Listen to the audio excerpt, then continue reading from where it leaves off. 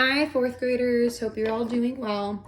It's been a while since we've done a lesson, so we're gonna have us do a lesson. Make sure that you're watching the lessons because in the middle of it, I will be giving a secret word, and that will be in your exit ticket to let me know you watched it. Last week, only a couple people watched the video, so make sure you're doing your work, doing the video, and doing the work with it. If you don't watch the video, you might not know how to do it and you might get things wrong. So this is my teaching, this is my lesson. It's important for you to watch it, okay?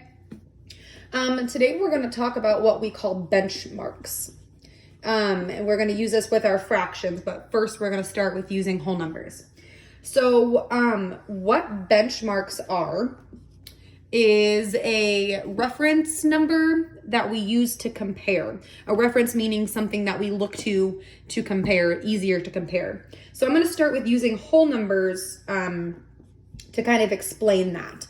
So for example, if we're talking about a whole number with, a bigger whole number, some points of reference might be 0, 25, and 50. Okay, so increments of 25 going through. So when talking about a certain number, it may be easier to kind of compare it to a benchmark to understand how big it is. So for example, if I'm talking about students in our class, we have 23 students, and we may be like, how many students do we have? Well, if I were to go up here and put it on the number line, it would be right at around that 25 benchmark.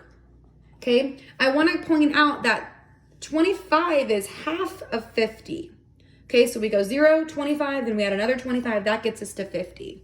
Okay, so that 25 is the 1/2 point between 0 and 50. Because again, whenever we have 1/2 of something, sorry, that's a weird too. 1/2 of something, we're splitting the whole into two groups, two different pieces. Okay, so for example, let's just talk about halves for a second. If I have 60, well, half of that, 1/2 of that equals 30 because we're taking 60 and splitting it into two groups. This group would have 30, this group would have 30. 30 and 30 equals 60. That goes along with any fraction that we have. So let's say, for example, I've got, eights, okay? Sorry. Our denominator is 8. Well, what fraction would be half of the whole? So that means in this case that our whole has 8 pieces. Okay, 1, 2, 3, 4, 5, 6, 7, 8. We want half of that. Okay, so that halfway point, 1, 2, 3, 4. 4/8 is the same thing as saying 1/2. Okay, because 8, or we could also think about it as 8 divided by 2. Anytime you divide the denominator by 2, it's going to be pretty close to 1/2. Okay. So I just want to make that known before we get into the full lesson. Okay, so what we're going to be doing is using benchmark fractions, okay? Just like on the whole number, I'm going to make a straight number line. Before I get going on this, it might be important for you to get out a piece of paper or something for you to make these fractions and follow along with me.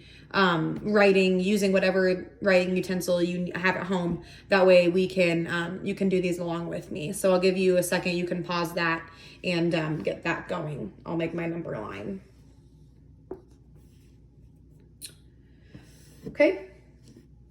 So when we have a number line, it's always important to remember that we have arrows on the end because those arrows represent that this is not all numbers. This number line could go forever because it's numbers. So there's an infinite amount of numbers. So we have those arrows on to show that it's going forever and ever. Okay. So I'm going to put 0 right here at the end. Now in fractions, the benchmark to show that we're going to use is 1 whole. Okay, so that whole number. And then in the middle of that, we're using 1/2.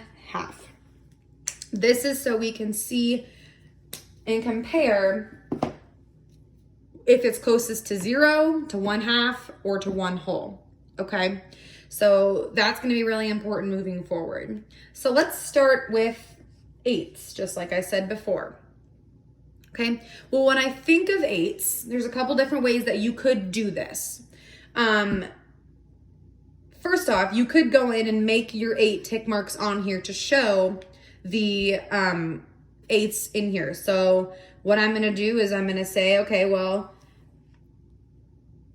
1, 2, 3, so this is 1/8, 2/8, 3/8. This 1/2 is the same thing as 4/8. 5/8, 6/8, 7/8, and I hope by now we know that if I have 8/8, it's the same thing as saying 1 whole. Okay, so what I could do is do that. Okay, so we're looking at the fraction 1/8. So which benchmark is it closest to? Well, hopefully you can see, kind of like whenever we did rounding, 1/8 is closer to 0. It's only 1/8, or this 1/8 piece, far from being at 0. Now, if we were to go to 1/2, well, we've got 1, 2, 3/8 to get to 1/2. So therefore, 1/8 is closer to 0. Okay, let's do another one.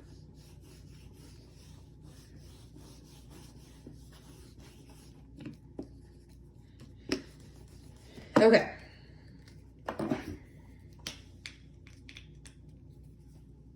So remember, got my arrows on the number line showing it's gonna go forever.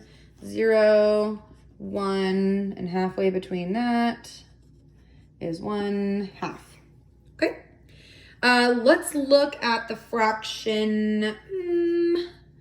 Let's go with 2/6. Okay. So here's what you would do for this.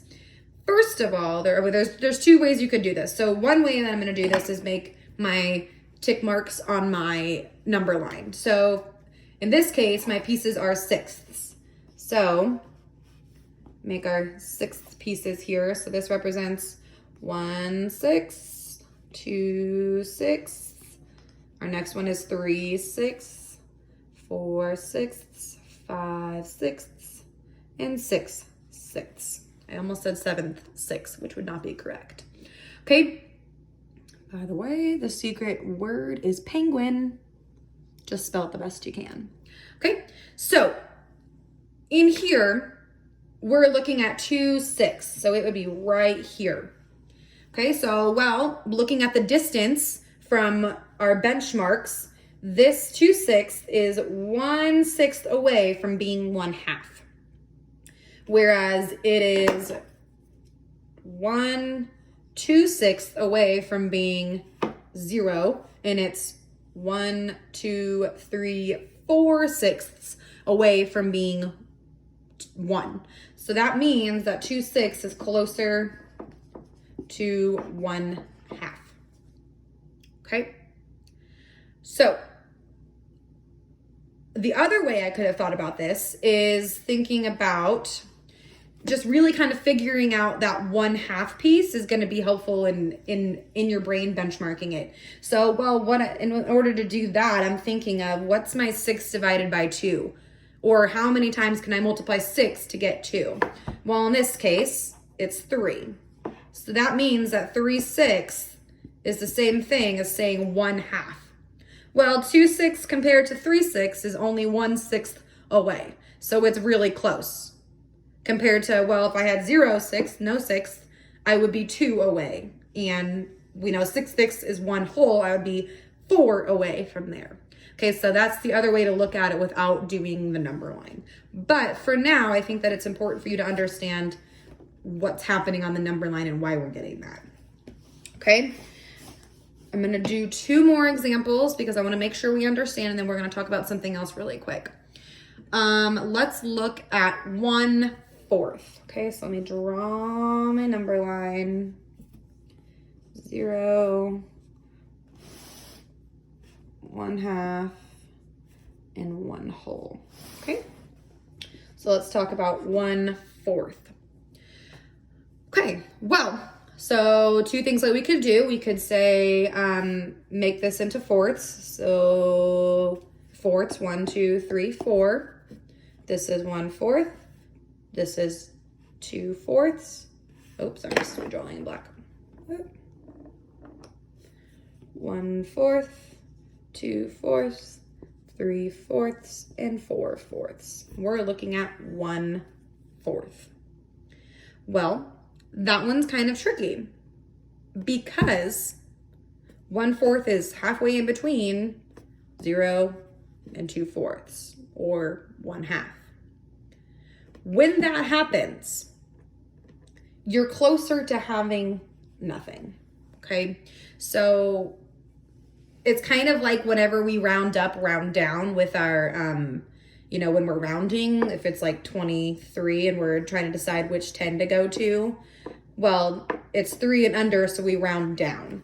In this case, it's on the smaller side of the fraction bar, so we're going to round it down to 0. So it's closer to 0, which I know can be kind of tricky, okay? So just think of it that way, okay? We could also look at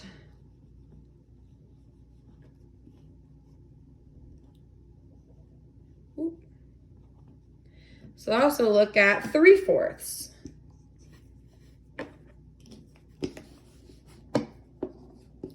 Okay, this kind of is our opposite whenever we're at like 27. Well, it's 5 or higher, so we're gonna round up to that 30 when we're rounding to the nearest 10. So in this case, when we're at 3/4, this is closer to being 1. So therefore, 3/4 is closer to 1.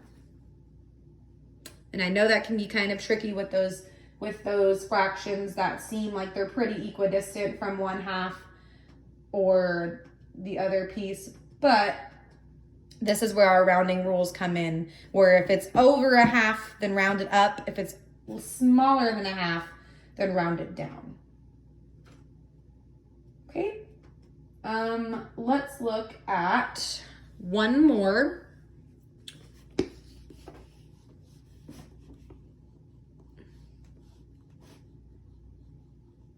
No, it's not the cleanest.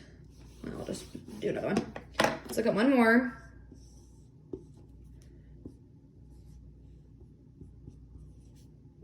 Let's talk about 7/8. 7/8. So then now we need ours to be in eighths. So I'm gonna put 1, 2, 3, 4, 5, 6. So 1, 2, 3, 4, 5, 6, 7, 8. No, it's not super equal. There we go. Okay, so 1/8, 2/8, 3/8, 4/8 is half. 5/8, 6/8, we're at 7/8. Okay.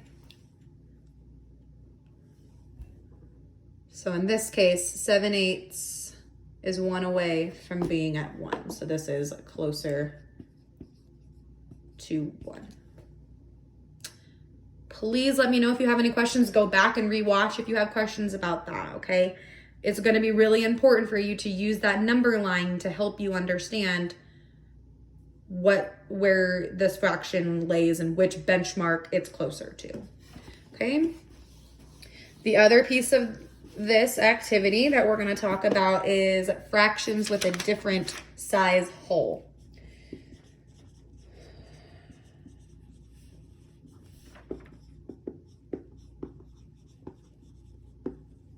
If you need to take a break, pause the lesson, that's totally fine with me. I'm going to keep going, but you have the ability to pause it. But please keep watching because these questions will also be on your lesson check and your individual work for tomorrow.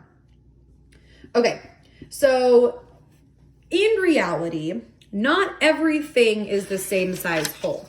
In the past, what we've been doing is using the same size fraction bars to compare fractions. So for example, I was giving you this and this to be able to compare fractions. That way our wholes were the same size. But in reality, okay, a Snickers bar is not the same size as a Twix bar. Okay, so eating 1/2 of that, or like a giant candy bar, let's say like a king size candy bar compared to like a normal size Snickers bar or a mini Snickers bar, 1/2 of those are going to be a lot different size than a whole or a half of a king size candy bar. Okay, so that's what we're gonna kind of just be discussing today. So for example, if I have, let's call these sandwiches. So let's say I'm eating a sandwich. Let's say this is a foot long from Subway, and let's say this is another sandwich from Subway that you could get. Okay, let's say that I'm gonna split both of these sandwiches into 6ths, okay?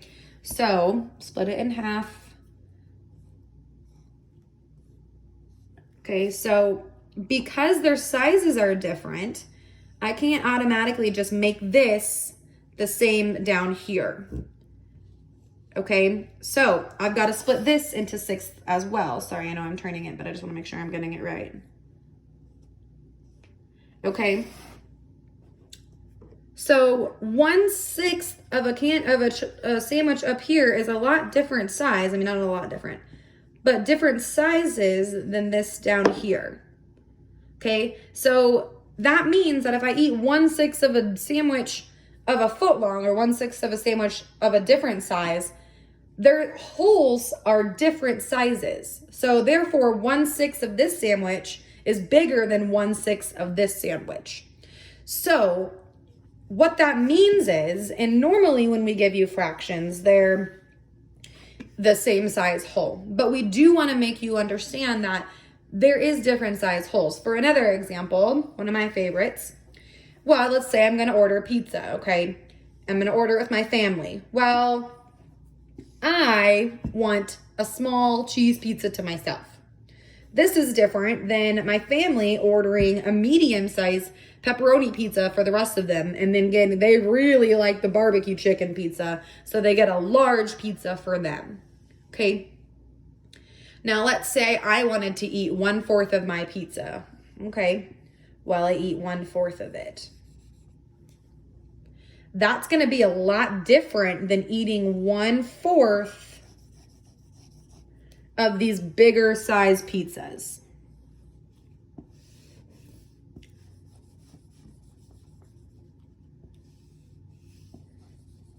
So this 1/4 is smaller than this 1/4 and is even smaller than this 1/4 pizza. Okay?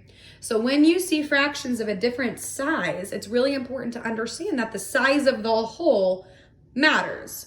Because if I was to say I ate 1/4 of a pizza and you're like, one of you could be thinking about a small pizza and someone else could be thinking I'm a big old pig and ate 1/4 of a large pizza by myself, which I could probably do because I like pizza. Okay, so that's why it's important for you to understand that there is different size wholes. We're going to do one more example with that. And so when you compare those fractions, they're different. So let's say I'm going to bake some brownies. In this pan, oops, sorry, not a good drawing. Let me turn it a little bit so I can draw easier. In this pan, let's say I'm going to do it there. And I'm also going to make brownies in this pan. Okay, well, look how different size the pans are. Okay, this is going to create a lot more brownie than this pan will. So let's say I want to eat, we'll do 1, 2, 3. I'm going to eat 1/8 of this pan of brownies compared to 1/8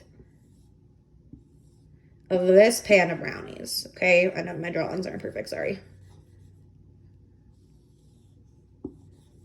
Well, this piece right here is a lot bigger than this piece right here, but they're still both 1/8 of the pan.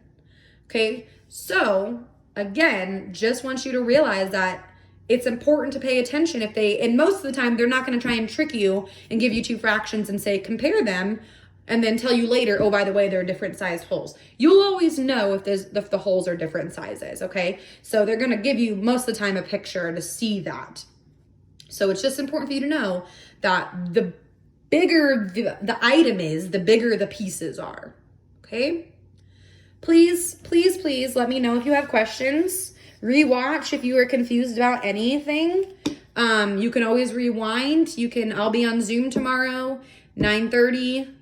Or tomorrow, sorry, I'm recording this on Monday. I'll be on Zoom today at 9:30 and at 3 o'clock. Please log on if you have questions. Also, on Thursday at 12:30, I will be doing a lunch Zoom.